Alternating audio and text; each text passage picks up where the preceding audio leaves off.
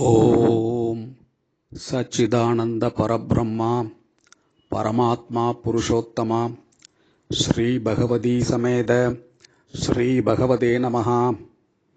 May the one who is all, who is in whom is all, bless us to be successful, happy, peaceful and prosperous. Dear devotees,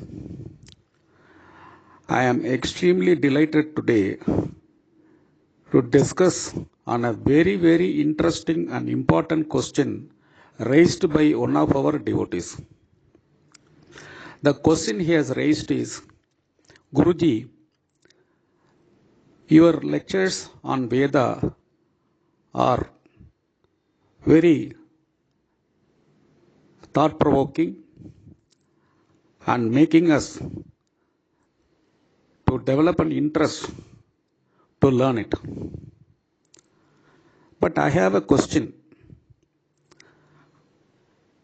How learning Vedas will be in a position to help us in practical life? It looks like a philosophy. Learning a philosophy, how it is going to help our practical life? I consider this to be a very practical question. Actually, Socrates told that a person's capability or intellect should not be judged by the answers he gives, but by the questions he raises. Because Socrates said, only persons having great intellect can raise the right question. The human beings are the only beings vested with the capacity to raise questions. Only when a person is able to raise the right question, it means he is evolving or progressing. Therefore, I really admire this devotee who raised this question, very thought-provoking question, and I am very happy to answer. As a teacher who is thrilled when a student is raising a very valid point, I am too delighted. In addition to that, I am also feeling happy that many of our devotees are raising very valid questions on the science of Vedas. That shows the level of interest that is developing among our devotees on the Vedic science. Now, coming back to the question he raised, how the science of Vedas is going to be practically useful, how it is going to help our practical life. Let me take up that question and deal with that. Now, when we mean how it is going to be useful to us, what we mean is how it is going to be helpful in succeeding life. How it will help us in our practical success. We are all involved in so many things. But is Veda a philosophy to be learned on spare time or as a hobby? Or how is it going to help in practical life? That's the question. Correct question. If it is a hobby, why we should spend so much of time in learning it? When we have time, we can learn it. That is why many people say that after your retirement, you can learn it. Because they have not understood what Veda is, what Vedic science is. Veda is not a hobby. Veda is a lifestyle. The sooner you learn, the better you are. Let me discuss that why I am making this statement. Now, if we have to succeed in any faculty or in any branch, what we have done, what the humanity has done, let us take some practical examples. Let us take the case of electricity. The human beings saw the lightning, so they understood that there is some power of creating light. Then gradually the scientists out of inquiry arrived at electromagnetic force. And when they further went in detail to understand what is electromagnetic force and what are its powers, what are its capabilities, they realized that it is a source for creating electricity. And then they applied certain mechanisms of using that electromagnetic force to convert into electricity. So, for the outcome of electricity, first thing they have to do was knowing what is electromagnetic force, and then how to use that electromagnetic force to get converted into electricity. Imagine today, can this world be what it is without electricity? So, this grand development of the electricity happened on account of the deep inquiry into what is electromagnetism. We will take another example, atomic energy. While the electricity need is going up, there is no equivalent supply source because the thermal source is depleting, coal. The hydroelectric energy is having limited scope. The wind energy, solar energy are not yielding the required amount. So 100 years from now, the electricity needs cannot be met. Therefore, our scientists were really worried about 100 years ago. How do we meet the need of the human beings for electricity? Then they realized about the power of atom. They came to know about atom. Although the Vaisheshika, a branch of Vedas, a darshana or philosophy out of Vedas, clearly tells that this universe is made up of atoms. Anyway, our scientists understood about the existence of atoms about 70, 80 years ago, and they started really understanding what is atom. When they understood what is atom, they also understood that atom is one of the foundational elements in this universe, and it is eternal as long as this universe exists. Atoms cannot be destroyed. Atoms only change shape. If you mix one atom with another atom, it may form another chemical or another physical body, or it may release energy.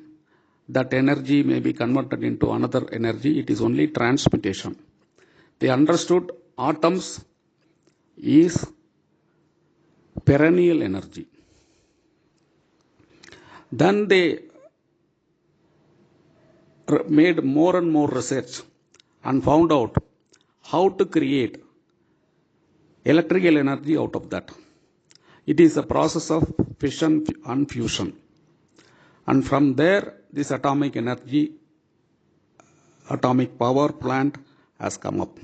Now the universal need for power for any time to come is sorted out. But this solution started from where? By knowing what is atom and how it can be harnessed, its energy, and how its energy can be used. Then we will take another area, which is medicine. In the olden days, the human illness had to be cured by certain chemicals drawn from herbs. How did our Siddhas and Rishis did it? They understood what a particular herb is and how to use that energy or power in that herb for the human illness. So, the human illness was beginning to be cured by knowing what a herb is and how to use it. In modern day, we have started using allopathic medicines which are made out of chemicals. How do they do? They understand on one side what causes the human illness, what is that germ, what is that virus, and what are all its qualities, what are all its powers. And then they figure out the chemical, the antidote, and see what is that chemical, what are all its powers, and how that can be cured, what is the method of using it to cure the illness. So therefore, the illness curing is arising out of understanding what is that herb or what is that chemical. So we need to understand that what is and then what are all its powers and forces and how to use it. When the medicine is growing like this, the illnesses are also growing. Therefore, the medical profession are grappling with a major issue how to cope up with the enormous growth in the types of diseases. So they have to come out with a lot of new cure medicines. And when they try to do, they are having another issue, which is they have to arrive at various permutations and combinations of these chemicals to arrive at a right solution. These calculations are in billions and billions of permutations and combinations. Therefore, developing a medicine out of the bulk drug take several years or even decades. That is why the R&D of major pharmaceutical companies are investing billions of rupees in development of a medicine. And the main time is taken because of this permutation and combination, and current day computers are not able to help them. Then they were wondering how to cut short the time period. Then the scientists understood that there is something called quanta. Quanta is the energy, and it is in the quantum field. The scientists realized that if we can understand what is quanta, then perhaps we can use that quantum field to do computation. From there developed the quantum computer. Today, the scientists are developing a quantum computer, and it is said that a 100 qubit quantum computer can solve all the problems in terms of calculations. That is underway. How was it made possible? Because they understood what is a quanta and how it can be used. Then let us take the communication. Today communication is so extensive and so easy. How it was made possible? Human beings saw thunder. They saw a lighting along with thunder. The thunder, the sound traveled such a long distance, and they were able to hear. So they could realize that there is some conducting medium through which the sound is traveling. So they investigated what is that? What is that? They figured out it is ether. So they wanted to understand what ether is. This inquiry of what ether is led them to understand that ether is having several frequencies, and with these several frequencies, if they exploit, they can create a very big communication zone. They can communicate instantly anywhere with the right technology adopted. That is how this entire telecommunication revolution has come into place. How it happened? They first understood what ether is and what its potentialities are and how it can be used, how it can be harnessed, and what has to be done for harnessing it. Then let us take the case of this air travel. Human beings saw the birds flying. Human beings know about the gravitational force. They try to understand how the birds are able to defy the gravitational force. So, on their inquiry, they understood that there is a counterbalance for the gravitational force, which is the Newton's law. While there is a gravitational force, if you give pressure, you can move, and for every action, there is an equivalent and opposite reaction. When they understood what gravitational force is, they were able to arrive at the solutions to overcome it and the method to put it into use. That is how this entire air industry has come into picture. I have given some of the examples. I can go on explaining several well-known what we can relate examples,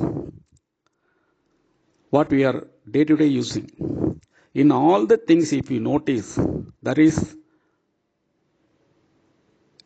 three things common. One, knowing what it is. Two, how to understand its true potentialities and powers. Three, how to harness and put it into use. These three things are important. Knowing what it is. Two, what are all its powers and potentialities. Three, how to use it. Once we know this, then we can do wonders with anything. Now let us come to human beings. We are talking of a life of a human being. Now, if a human being has to succeed, what is required? One has to understand what he is. The problem is when we say we have to know what we are saying we are so and so, so and so. I have covered in another lecture who we are. We don't mean the name and form.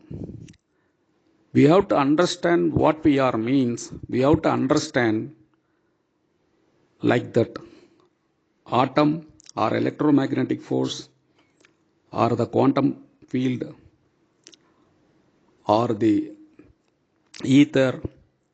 We have to know truly what we are. What are our energies? What are our forces? What are all our powers? This we have to know. Only when we know this, we will be able to know how to put it into use. The superficial knowledge of us is not going to help us. The human beings investigated on the various scientific inventions and developments I told you. But here we are talking of the potentiality of the human being itself. The potentiality of the human being has been there before or even at the time of his birth.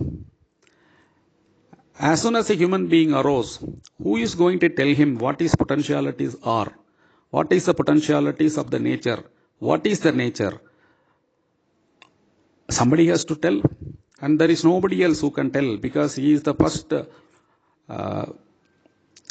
human being. This is what Vedas tells.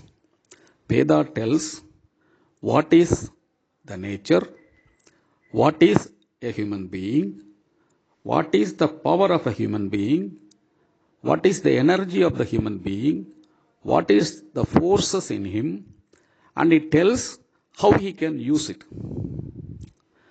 It not only tells how we can use it, it also tells how we can enhance it. It further tells from where he can enhance it.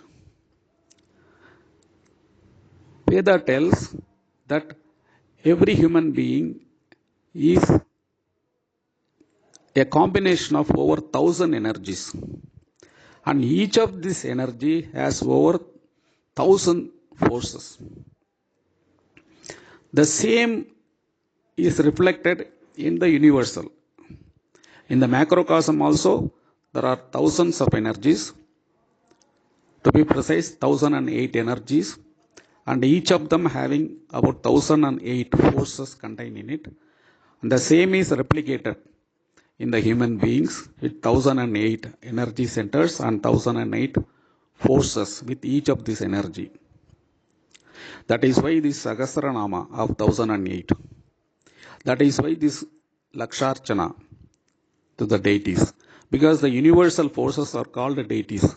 That is why Sahasranama to the each deity 1,008 and Laksharchana for each deity and then Kodi Archana for each deity. They are all not religious statements.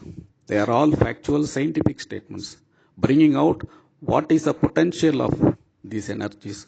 And similarly, this is the potential of us. We are having all these potentials with us. We don't know. That is why the Puranas talk about the Sabadani, who can do 10 things at the same time.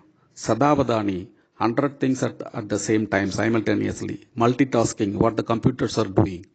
Or Sahasravadani, who can do 1,000 things at a time. How these things are possible? Because we are having so much of power, energy, and force within us. Who is going to teach us what are all these powers, what are all these energies, what are all these forces? It is Veda that is teaching us. It is Veda that is telling us how to enhance it, from where to enhance it.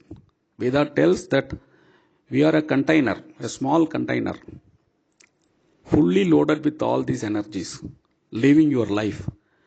But there is a big ocean with similar energies. If you want, you can tap from the ocean and enhance your powers.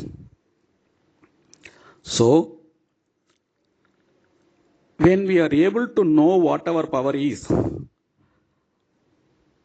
like that atom's power, if you know our power, we can do wonders in life. Day to day, what we are doing for our living is a very small thing, but in fact, that is also supported by these inherent powers only. These innate and inherent powers only is permitting us to do those things. But if you know and enhance our true powers, we may be doing what we are doing much more with success, and we can do many more things with great success. That means our total personality will be multiplied several times if we know what is our potentiality. Veda teaches that. Veda is not, as I told at the beginning, a philosophical treatise. Veda is a life science. It is a manual of how we can live a successful life, a happy life, a peaceful and prosperous life. In the absence of not knowing these facts, we are living in a half animal state. Animals don't know their potentials. They know only what they have to display whenever required, but they don't know the true potential. If an elephant knows its true potential, will it be afraid of a human being? What is the power of an elephant? It can crush a human being, his mouth at any time, but it doesn't know its power. Like that, we are also not knowing our power. From where we can know that power?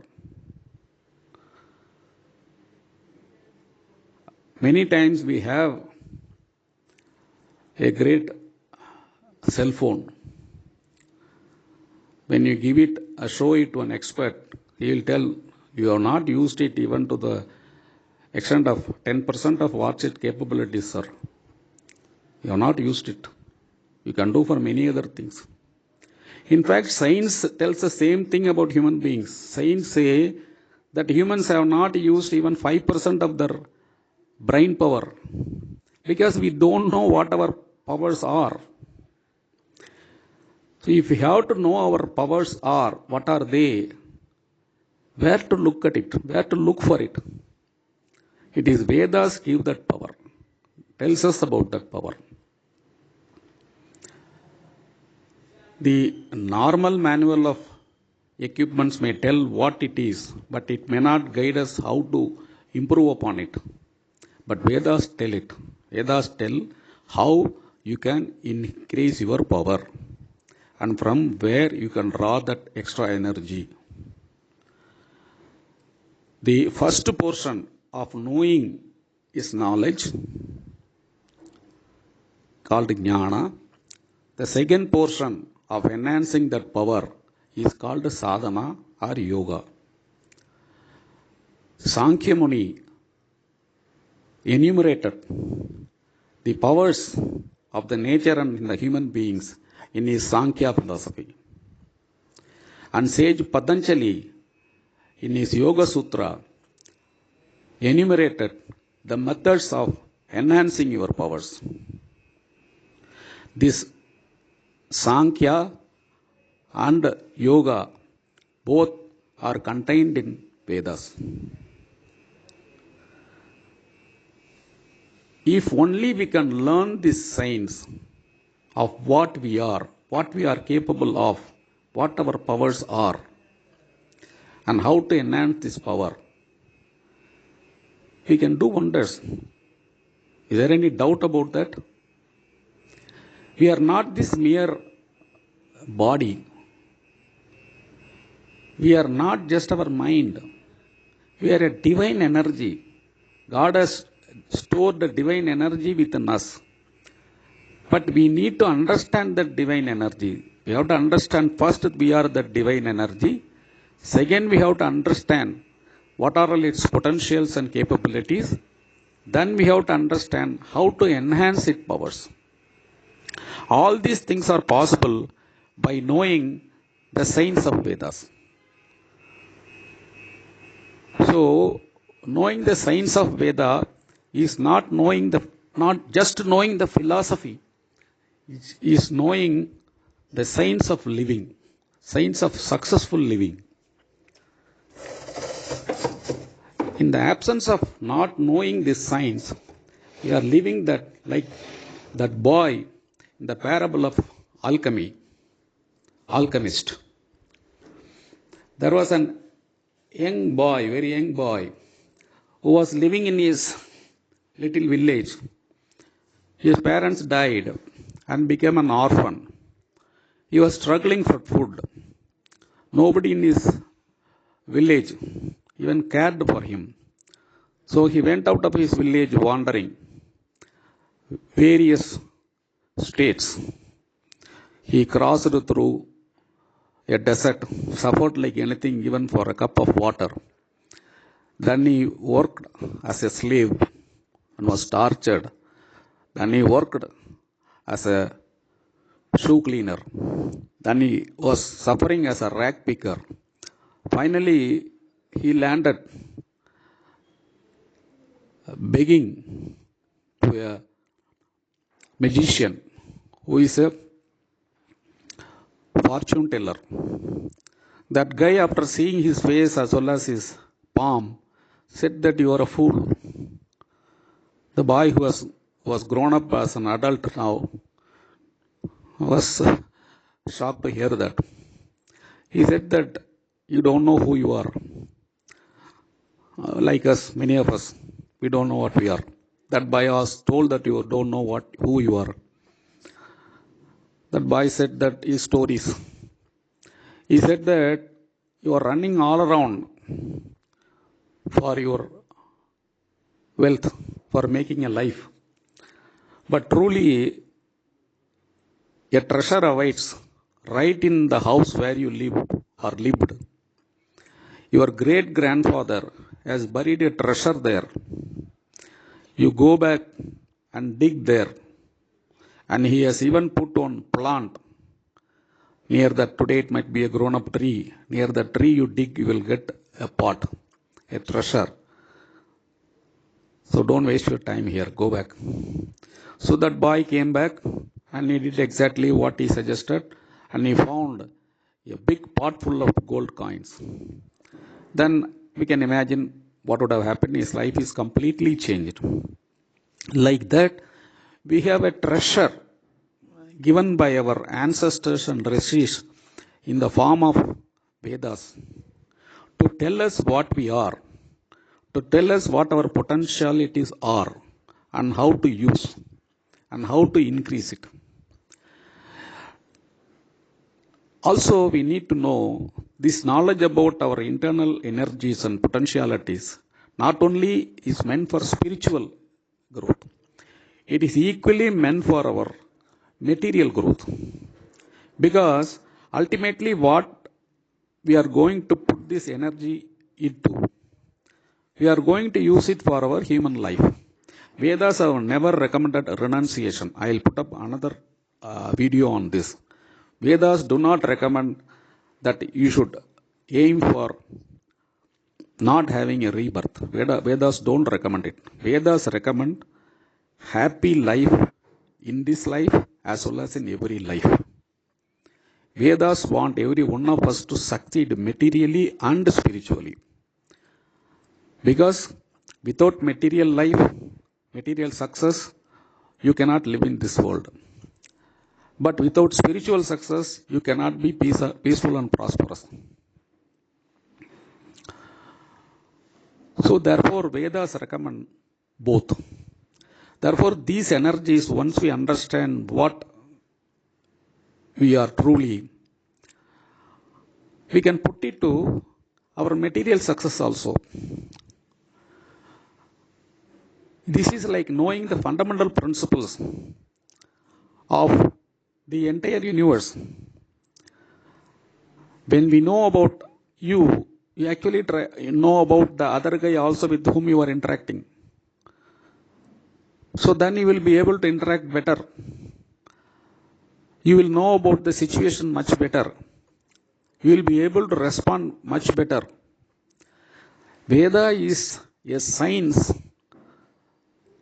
of living which includes science of psychology, science of physics, science of commerce, and what not, all sciences. Therefore, you will become a master of all that you are going to encounter. You will become a master of your mind, and you will be able to anticipate and handle the situations far better. Your responses will be far superior, because it is only by your response, by your action, you are either going to succeed or fail. Your intellect will be sharpened, your mind will be focused, therefore your decision making capacity will be very clear and correct. What is required for material success? What the modern management gurus are teaching, they are only teaching this.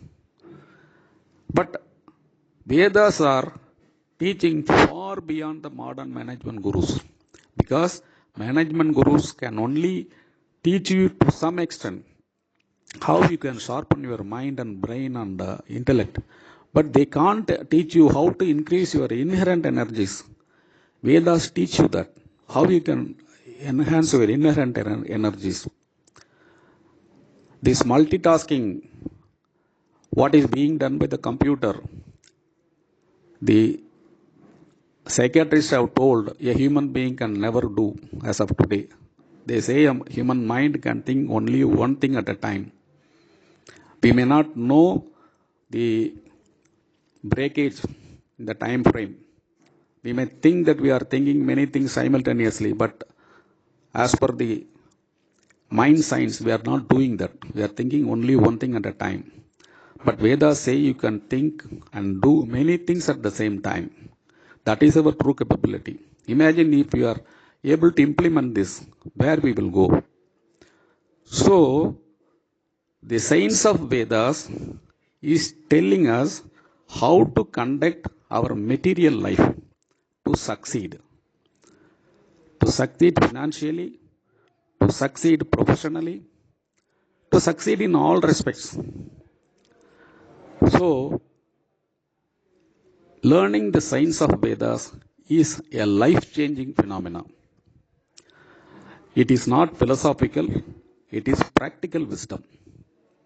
Therefore, coming back to the main query raised by the devotee, dear devotee, the science of Vedas will make you to be materially successful because it teaches you your true powers, which you can put to any use. This is the real wealth. Your power is the real wealth. That is your biggest bank balance. You are already a billionaire. Why billionaire? You are a multi-billionaire. You can use that for any purpose you like. We are today like a beggar. We are trying to earn rupee without knowing that we are already a billionaire. Using that billion what we have with us, we can do wonders. So therefore, it is better to know what our powers are, what we are, what our divine energy is, and how we can enhance it further and further and further, so that at all points of time we'll meet only with success. Therefore, the science of Vedas is a practical guide to success. Let us all learn this great treasure left to us by our sages and succeed in life, be happy, peaceful and prosperous. Om Rishabharuda Parabrahmane Namaha.